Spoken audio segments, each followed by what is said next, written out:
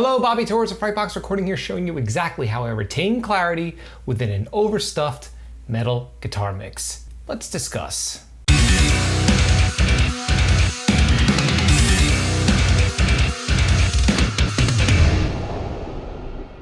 So before we begin, I just want to let you know that you can have direct access to my free guitar production workshop. Within this free training, I show you exactly how I dial in a great metal guitar tone at the source, how I go about editing my guitar tones, and finally my simple and straightforward approach to mixing heavy guitars. There's a link below to the free workshop in this video's description. You can click the link and have direct access to it right now. So now, we all struggle with this. What do you do when you're dealt with a mix that has a million things going on? Maybe a lot of guitar layers, a lot of vocal layers, synths, overdubs. How do you retain clarity when there's so much going on? Believe me, this is something I struggled with for many, many years. I'm gonna be honest, I used to think the answer was some magical EQ technique, cutting this frequency from guitars and leaving space for this instrument, or cutting these frequencies from this group of instruments, making space for my guitars. I thought maybe it was a special MS technique I should be using, or maybe some fancy sidechaining technique. Well, the truth is that the answer is a lot more simple and much more straightforward than any of the previous techniques that I just mentioned. So within this video, I just want to get straight to the point and show you exactly how I deal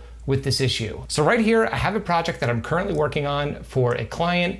And as you can see, there are a million tracks going on. There's a lot going on, and it's actually really difficult to retain clarity when there's so many different things happening at once. But luckily, with these few simple mindset shifts and techniques that I'm implementing, I'm retaining the clarity that I'm looking for, and hopefully you could take something from this and apply it to your own productions. So let's take a quick listen to this very busy section of this song. Let's check it out.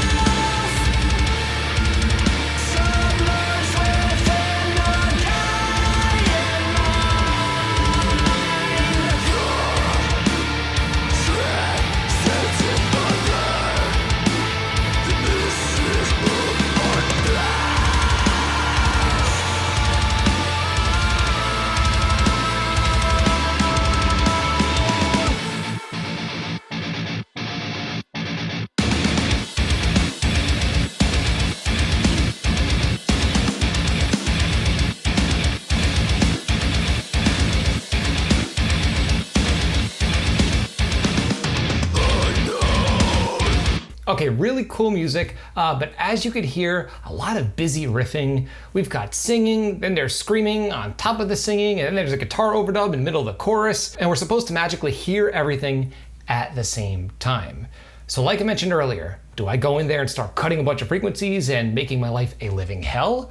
No, it's much more straightforward than that. So the first thing we should look at are what instruments are taking up the most sonic real estate. Drums, bass guitar, and rhythm guitars. Generally, that's the bulk of any heavy production.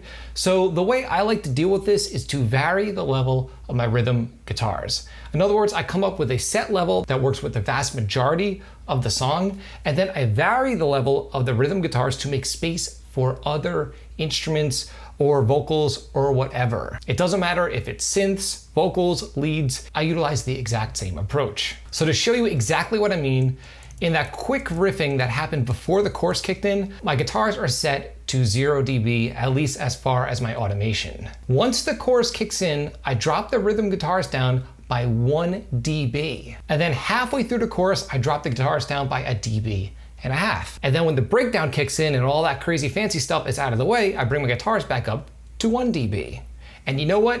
No one can even notice it. It just makes extra space and breathing room within my mix for all of the other stuff that's going on. So I'm gonna play it back once more and pay close attention to my rhythm guitars.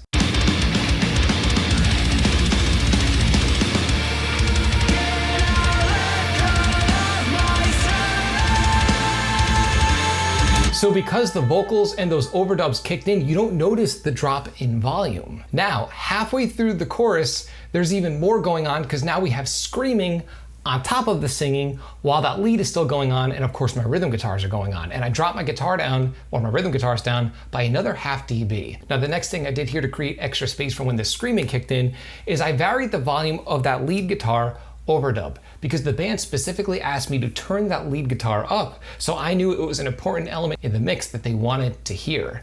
And here's the thing, keeping that lead guitar at the same volume the entire course doesn't work. It works during the first half when there's just clean singing, but when the screaming kicks in, especially because the screaming is a different vocal pattern rhythmically from the clean vocals, I had to drop the volume of the lead guitar as well. The other thing to remember is that when a riff or a passage or a musical idea happens more than once, if you reduce the volume maybe the second or third or fourth time around, you're not gonna notice it as much in the mix because the listener already has it sort of in their head because they've heard it once. So keep that in mind when you're applying automation. It's a simple trick that you can use to create musical movement in a way that's very transparent and not that noticeable. So just to show you how huge of a difference this makes, I'm gonna temporarily delete the automation on both my rhythm guitars and my lead guitars. And you know what? I'm also gonna delete temporarily the automation on the clean vocals when the screaming kicks in, so you could really hear how crazy and crowded everything will get. Let's check out the same exact passage without any automation.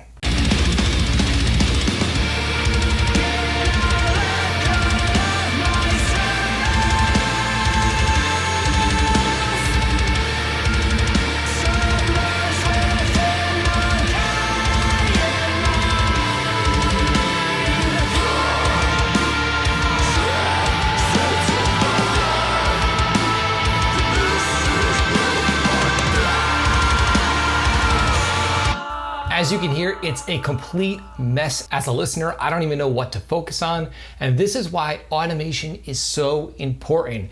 And the sad fact is that most people neglect to use automation because it's not fun. It's not as fun as tweaking a compressor plugin or an EQ plugin. But here's the thing, all pro producers and mixers use a ton of automation within their mixes. That's how you create movement, depth, and extra space for everything that's going on, especially if you're working on a dense, overstuffed, complex metal mix like what you're hearing here. And once more, I'm gonna reapply all of that automation that was originally there. And just to be ultra clear, I have automation on my rhythm guitars, on my lead guitar overdub, and on my singing vocals behind the screams.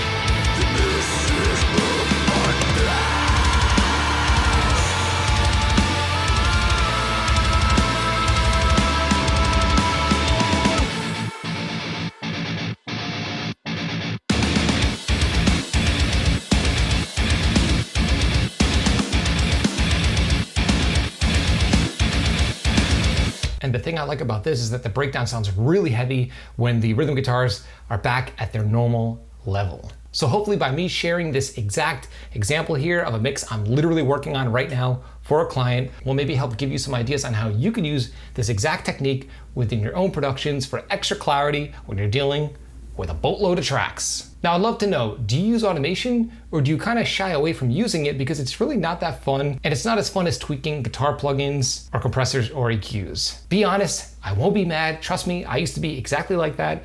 Leave a comment in the comment section below and let me know your opinion. I'd love to hear it. If you found this video helpful, like, comment, subscribe, and share. And do not forget to click the little bell icon so you can be notified every time I upload one of my weekly videos on all things Metal Rock production. If you're interested in some Frightbox swag, I've got t-shirts, mugs, and other cool stuff on the way. There's a link below to the Frightbox merch store in this video's description. And again, you can have instant direct access to my free guitar production workshop. There's a link below in this video's description. Learn to dial in a killer metal guitar tone at the source, how to edit your guitars like a pro, and learn how to mix your guitars for a nice, polished, professional guitar tone. And until next time, happy mixing.